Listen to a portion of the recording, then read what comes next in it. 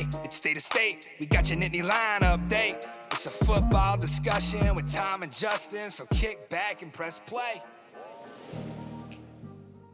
With former Penn State and NFL defensive back Justin King, I'm Tom Hannafin. This is State of State. This podcast is presented by BetOnline.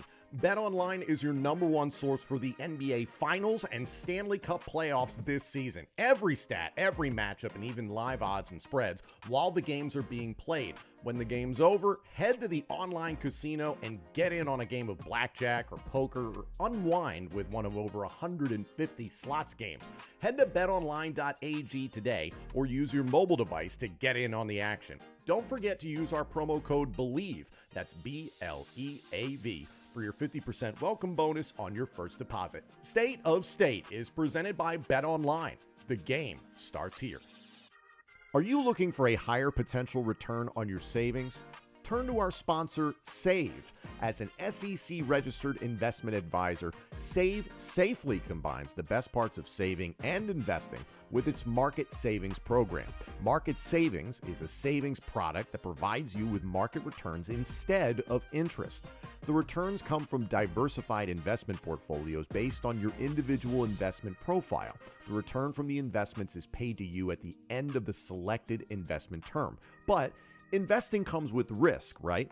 Well, with Save, your deposit is FDIC insured and never used for any investments. The current variable APYs are 9.07% for the 1-year product and 7.9% for the 5-year product. So what does this cost you? Well, Save only charges a fee when your investments make you money. To learn more or to sign up, visit www.joinsave.com/state. That's joinsave.com/state.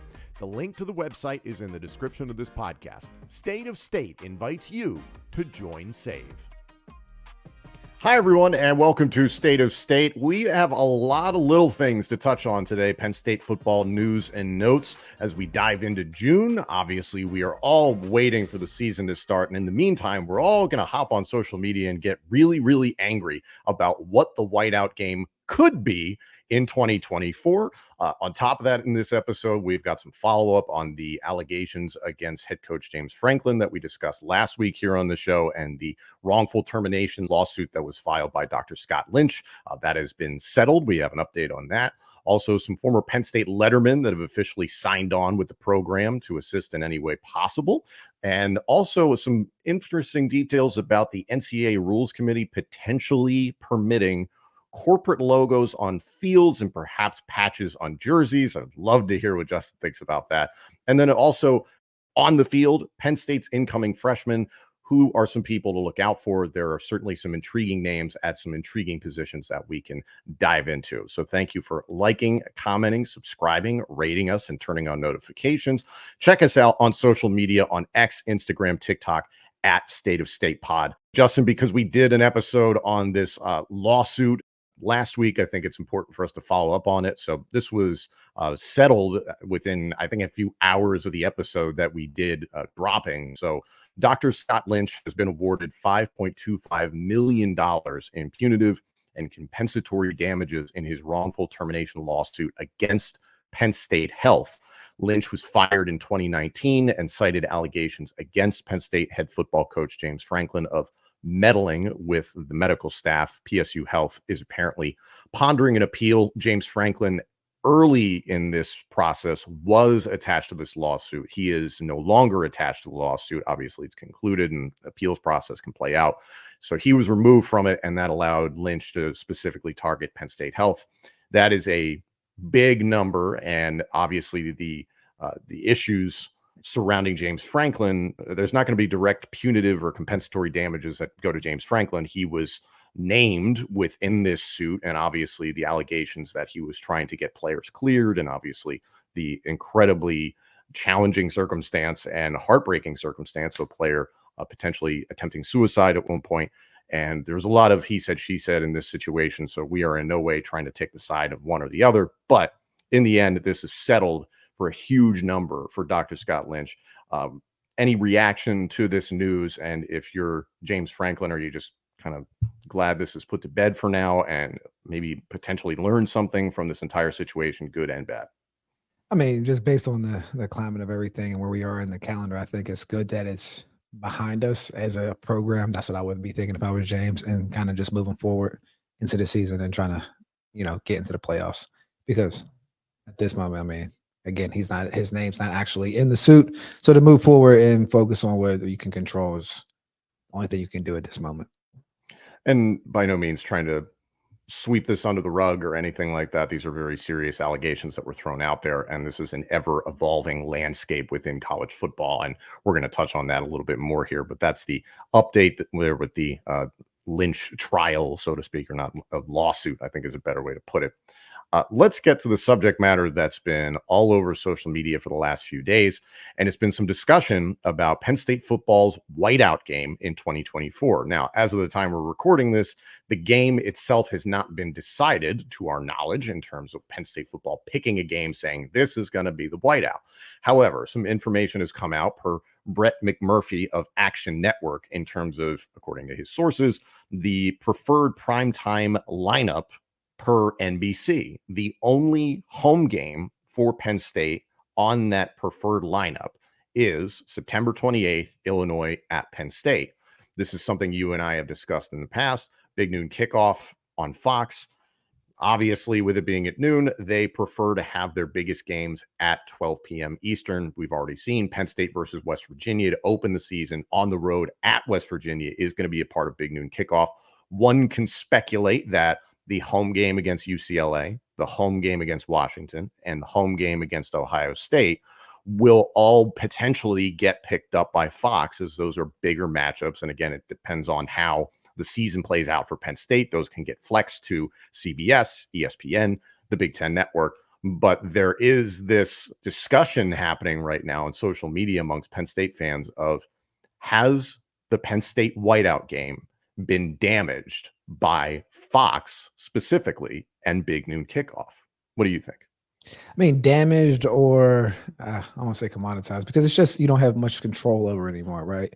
So when you just think of like, okay, we know that the whiteout's going to be a game against either Michigan, Ohio State, or whoever that important game is that year at night, rocking through the stadium. Like that's just not a guarantee anymore. So I mean, if you want to take away the expectations of what you think a whiteout is going to be, I guess you can say that it damaged it from that standpoint. But I don't know. Like you can have a great whiteout atmosphere, may possibly at noon, or a big time kickoff.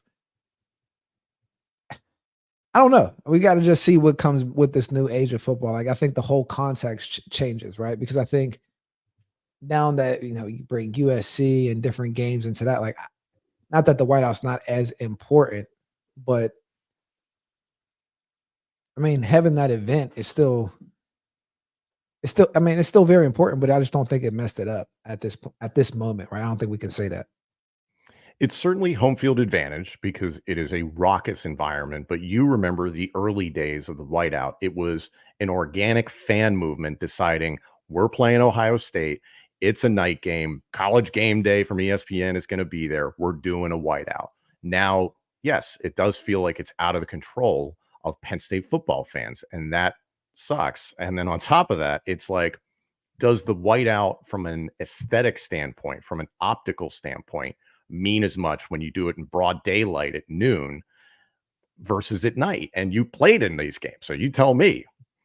I mean, we did the one whiteout against Notre Dame. It was essentially during the daytime, going into night versus.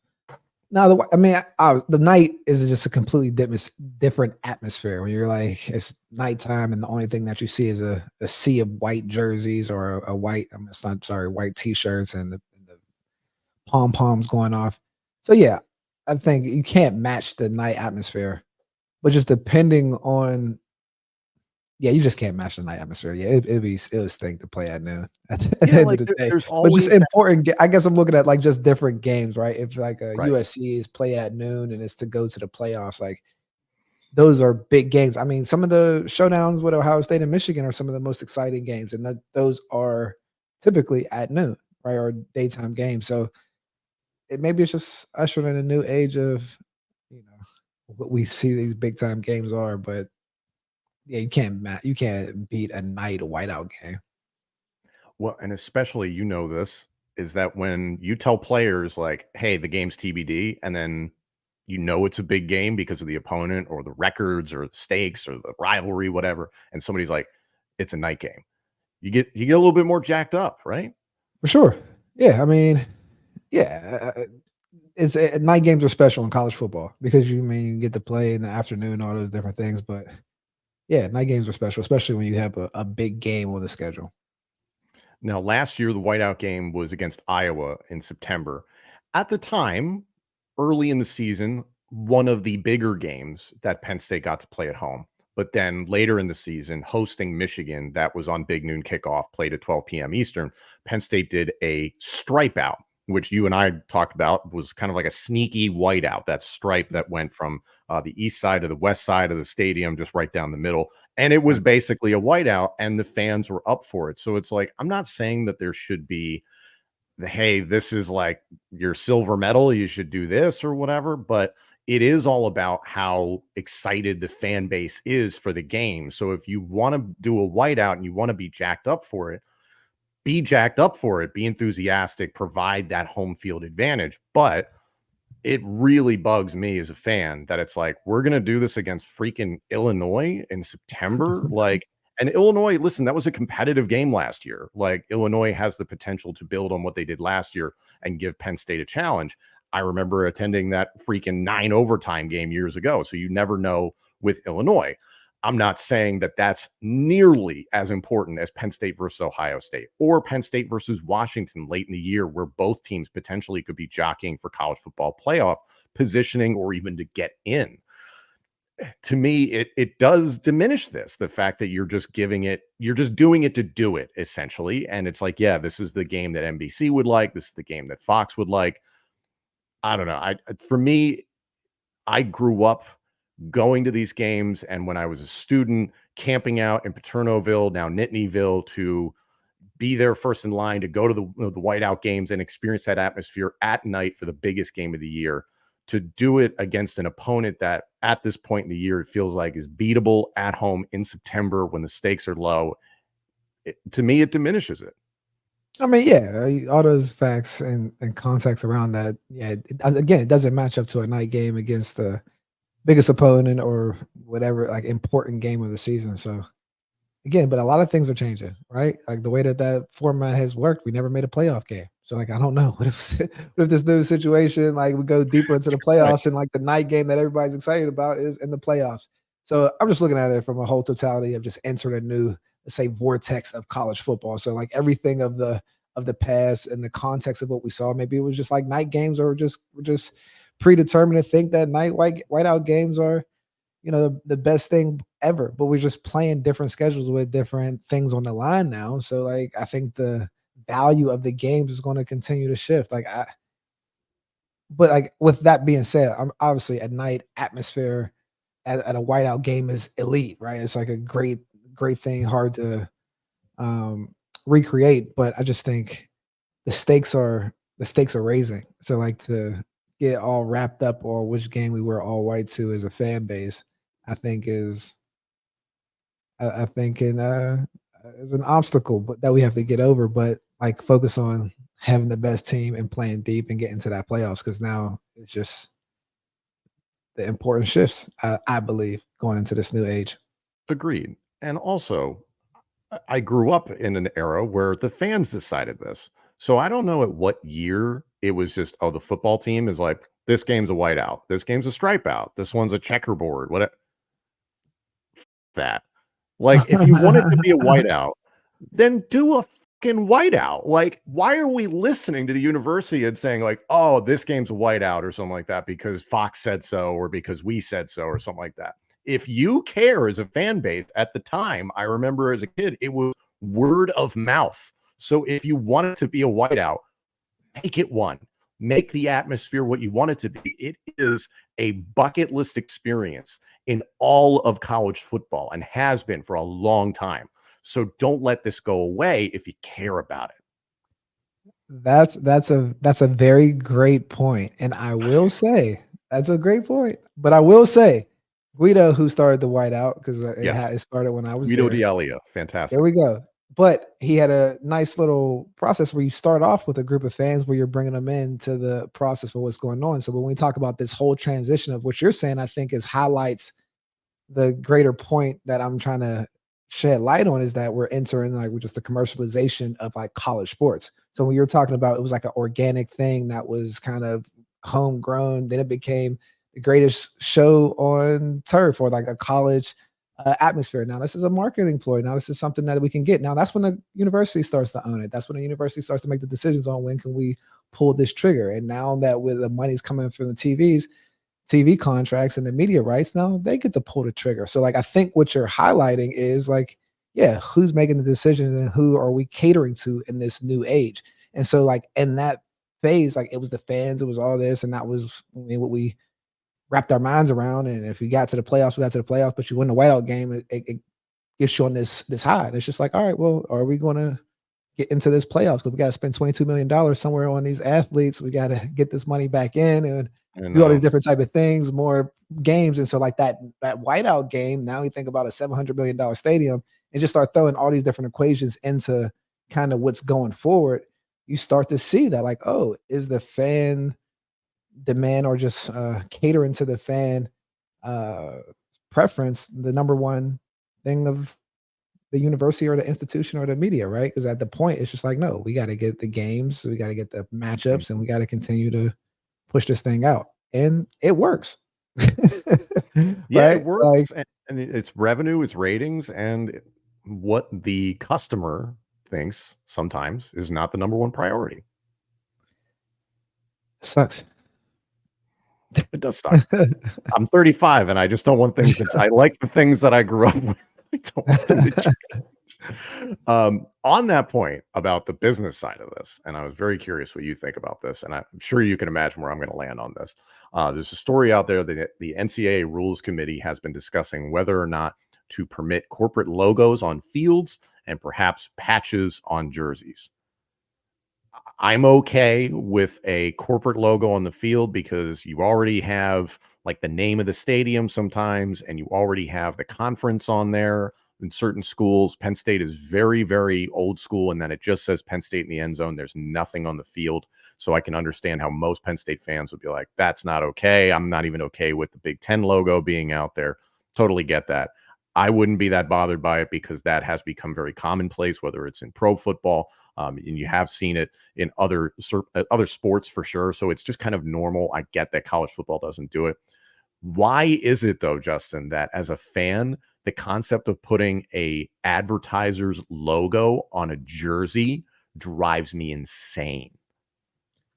The commercialization of the sport, right? Everybody gets into the sport for different reasons. And I think everyone gets into it from a purity standpoint of coming together, watching competition, seeing gladiators compete. And then there's an essence of, oh, like there's money involved, and like the business aspect or the commercialization is like a little icky and nasty, like you're being sold something, right? That's why a lot of common fans don't like the highest paid players, essentially, right? Because it's like, oh, they're about the money, they're about doing this. And so it's like, I'm here to enjoy the sport, the show that's being put on.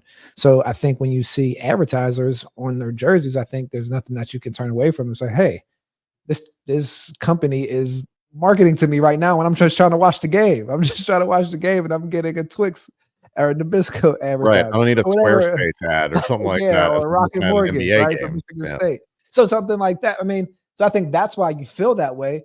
But I mean, I want to say when I was in the NFL, we had logos on our practice jerseys. And yes, even I remember being at the XFL, like we just think about bringing in revenue. And like, again, we think about this $22 million where a lot of these different ideas of revenue generation are going to come from. It's like, you got to think they're trying to figure out ways to still pay these players from the university, from NIL and all these different ways, and like ways of just think of different avenues or funnels of money. And corporate sponsorship on a jersey is a pretty easy, already implemented type of system. So it only makes sense, but it gets nasty. That's like AAA baseball type stuff.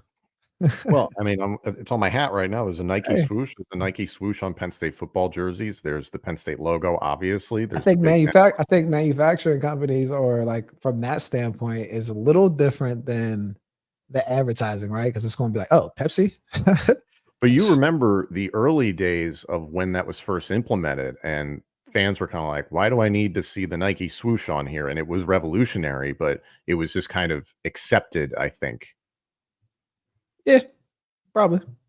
But I agree with you. Manufacturer of the uniform itself versus, I don't know, Utz, having a big patch on the shoulder or something like that. And I don't know.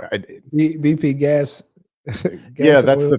yeah, it's like, I understand that things are probably going this way, and realistically, Penn State could use the NIL dollars. So I'm like, cool, like that could be really beneficial. Look at University of Memphis got a huge amount of money from FedEx in particular, and a lot of money to the basketball program, football program as well. So I'm curious how much It's of a, FedEx you're going to see if you tune in, for instance, for a Memphis game.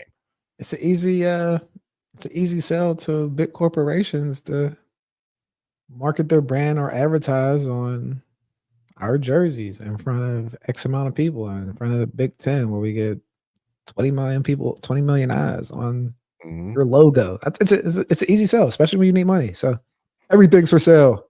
Yeah, well, and the other layer to this is Penn State has had such plain, simple, traditional uniforms for so long. I don't see that changing. I hope it doesn't change. It can be a little dull at times, but They can it's get enough money from somewhere else to keep the logos off. I mean, there's always that option. exactly. That would be great. That would be really great, Justin, if that would happen. That would A help company, everybody out. a lovely Penn State owned company, where, or someone like, a owner of owner that's a Penn State alumni was like, hey, I'll pay this much to keep logos off. But I think I'd love to meet that person. outside of that, I think you're going to see logos on Penn State stuff. Yeah.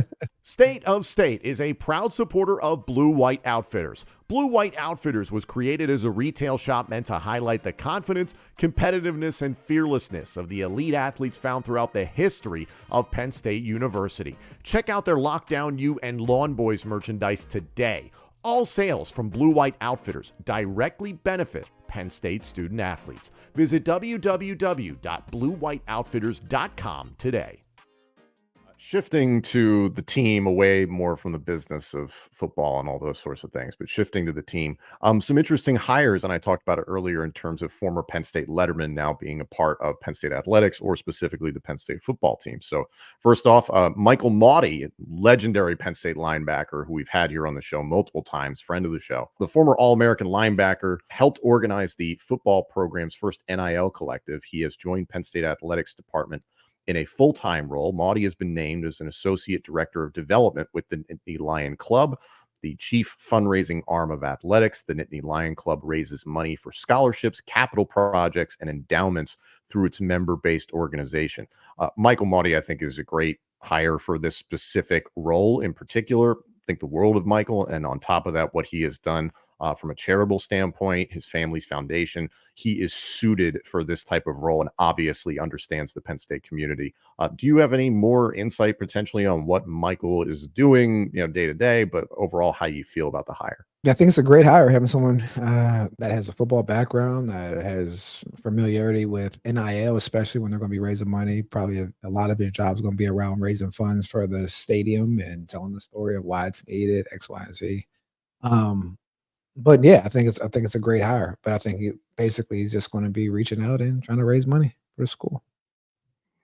And attached to Maudie, former Penn State Letterman and Maudie's coworker, I guess we can put it that way. They're both coaches as a part of Trinity High School in the greater Harrisburg area, if I'm not mistaken. I'm blanking on the exact.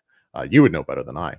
But Jordan Hill, who was a defensive lineman at Penn State from 2009 to 2012, has been named the new director of life skills for the Nittany Lions, specifically with the football team. That's a unique title altogether. How do you feel about that one? I think it's a great hire. I mean, that's a rock star type of hire. Someone that's been through the ringer of sports and transitioned out, been successful in sports, done it with honor, and even understands from the standpoint of, like, from the coaching from the coaching background, guiding boys to men, and then being able to help these guys at Penn State from a life skill standpoint, understanding what they're going after from their dreams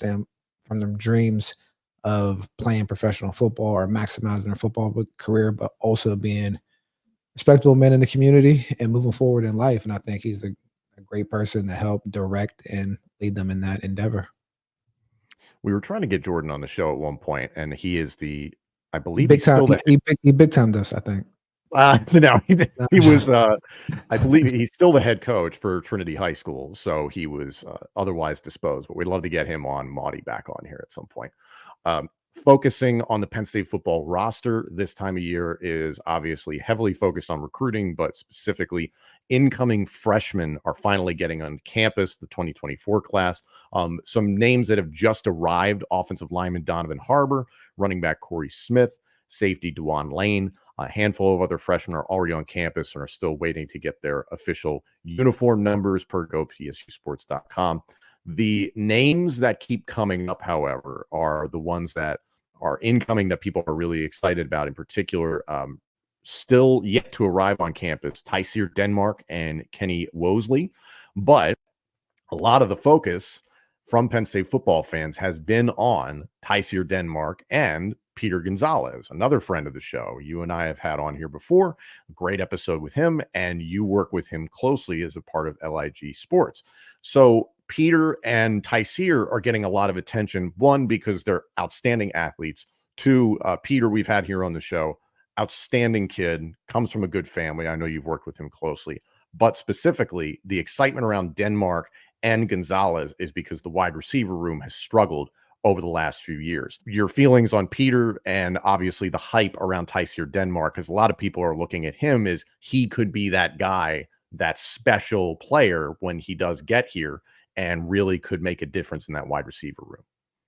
No, I think the ceiling's high for both of those guys. I think Tyseer probably being a little bit more developed than Peter is, but Peter just being a physical specimen that has a very high ceiling, and I think he's starting to hit that turbo booster to really starting to fill out his potential from a size, speed, and just football player standpoint. And then, I mean, I've seen Tyseer, so I think there's an opportunity with these guys to continue to jump in the receiver room, make an immediate impact, and be, whether it's a go-to type of receiver or a big play type of threat, that the receiver room has been lacking. So I think that's why you see the spotlight getting shined on those two names a lot, especially coming in, anyway, highly touted, right? Tyseer especially has had some very interesting camps and has really gotten a lot of people's eyes as of late. Really high production. Seems like he could be a guy, but it's just like, I just don't get too jacked up about hype and recruiting for high school players, because we just got done talking about King Mac, and it's like, oh man, he could have been great, and then gone before we really understood what the player, what the production really could have been. So it's like, cool, love the hype, like the excitement. Obviously, talking to Peter, getting an insight there, understanding what he's all about. I hope he really contributes at Penn State. But I personally, individually, I'm like, all right, cool. Like, I'm not going to anoint an 18-year-old, 19-year-old kid that just hasn't necessarily gotten here yet. It's like, oh, this guy's going to save the wide receiver room. It's like, Right. I hope that'd be cool, but like, he probably should. But yeah. Just trying to be rational about some things that just as fans we can be irrational. So, you know, of course. Thank you all for joining us this week on State of State. Hop in the comments section, get at us on social media. Tell us what you think about the Whiteout game and how things are going with that. Obviously, we're waiting to see what that actual announcement is going to be, but you guys know my feelings about that. Take the power back. You know what I mean? Your feelings on the incoming freshmen altogether. And as we're getting closer and closer to the season, kickoff against West Virginia, there's a lot of excitement. I'm really looking forward to this upcoming season. And oh, by the way, talking about the whiteout, Justin, I don't know if you've seen the video for the EA college football game, which is going to be out in July, and the preview of how the whiteout environment looks in gameplay. Were you big into that video game when you were younger? Yeah, of course. Yeah. Impact player, baby. Yes, absolutely. Of course. I'm sorry I didn't have all your stats handy from the video. No. They were pretty elite stats on the video game, man. But like, did you see the video of the whiteout? It looked pretty sweet. Yeah. It's pretty wild. That's The pretty whole cool. game, the game looks legit. Game looks awesome. Yeah. Think about coming out of retirement. just to get that NIL check. Just get king. Nah. Just to be able to play is what I'm saying. Out of the video game Oh, I retirement. see. Were you any good when you were younger? Or I was very good. you were More so very in 2K. I was a 2K guy. 2K Call of Duty. Oh, I got it. Oh, okay. Interesting. All right. We might need to link up online at some point. All right. Okay. Anyway, thank you all very much for joining us. Have a great week. Thank you all so much for joining us. This episode and our entire library of shows is available now on YouTube, Apple Podcasts, Spotify, Google Podcasts, and wherever else you get your podcasts. Also, let us know what you think of the show on social media and check out all of our content on X, Instagram, and TikTok. Search for the handle @StateOfStatePod. State of State is presented by Bet Online and by Blue White Outfitters.